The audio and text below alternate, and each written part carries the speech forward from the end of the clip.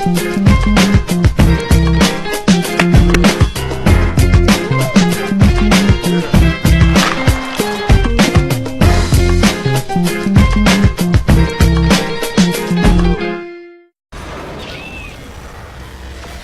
ESPN's coverage in Brazil this summer, just 3 weeks from today. Bob Lee is with us now. Bob, we could make a case here that this was a talent and age thing, and he's 32.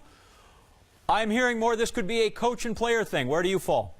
I think there's a little bit of it. I mean, he's 32, but it's an old 32 in soccer terms. This goes back, John, to the beginning of last year when Landon Donovan took his sabbatical and took his fabled vacation to Cambodia. Had to get away. He had put a lot of miles on the tread.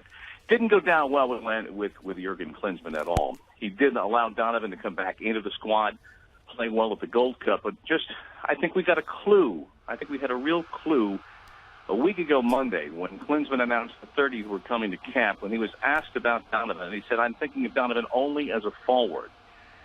So he takes him out of the midfield equation, puts him up into the forward slot, and then suddenly, well, all right, where are you going to play Clint Dempsey? You've got Altidore up there holding the ball. You're not going to play a 4-4-2. It became apparent that the question was, gee, now it's a different kind of numbers game. He coached Donovan in the Mexico game, brought him on as a substitute, did not start and had a conversation with Donovan. This is early in April before the friendly with Mexico that was played in Tempe. And told him he was not practicing well. And they had a frank conversation, and Donovan said, and this was in public, that, yeah, I can't go full out all the time. Klinsmann's standards are exacting. He's a World Cup champion as a player. But what he has done here by leaving Donovan off the team, and the question had always been, would you take Donovan as a 20-minute player at the end of the game?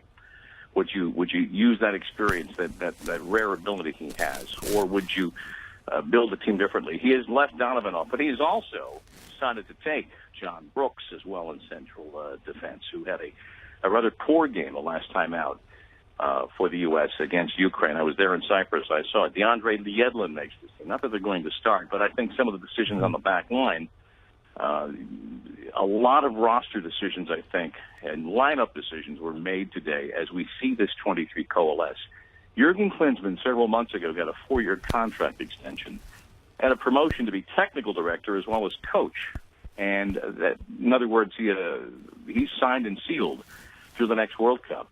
He has the job security to do something like this. Not that he wouldn't have done this otherwise, because he is an accomplished coach and world-class player, one of the great strikers the game has ever seen. But you could make a case he has pushed all his chips onto the center of the table, and with it, his continued success and tenure at the United States as the manager and technical director with this selection. It is the group of death. The United States has the worst travel, the most challenging travel schedule of any nation of the 32 in Brazil. And he has talked incessantly and emphatically, Jurgen Klinsmann, publicly and privately, about the need for fitness. Well, he's got a young team, and they will be fit. They will be trained that well. But it's a youthful team. It's a young team. It will not have Donovan.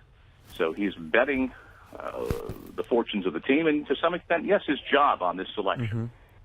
Well, even if we give into fading ability with Donovan, certainly his experience, that absence will be sorely missed as the U.S. prepares to play June 16th against Ghana. 25 days from now, the World Cup opens June 12th. Bob, hopefully we'll see you before then, but if not, plenty from you from Brazil in 3 weeks. Thank you.